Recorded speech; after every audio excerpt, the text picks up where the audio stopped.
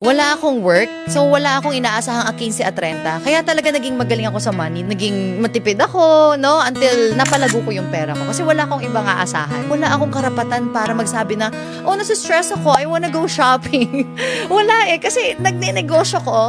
Ako, I need to really, save money. At the same time, to reinvest it again, to boosting, to do something, no? Ang dami kong kailangan gawin at unahin. So, hindi ako pwede mag-inarte at the time na, oh, I'm stressed, I wanna go shopping, I wanna go traveling, I wanna go to Europe because I'm stressed.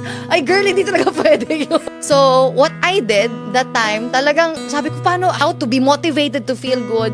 Kaya doon ko naisip na, siguro kinig lang ako ng music, I'll feel good. Diba? Ay, nasa-stress ako, mga ganyan. Oh, siguro kinig lang ako ng music, I'll feel good. And then, I really felt better that time. And sabi ko na, ito lang pala yung solusyon. Eh, yung mga kasabayan ko na ng mga, syempre, teenagers din, no? I'll go pigging out, mga ganon. Sabi ko, buti ka pa may pangkain sa labas. Ako hindi. Ano na lang. Just brain conditioning that is, that is practical for you.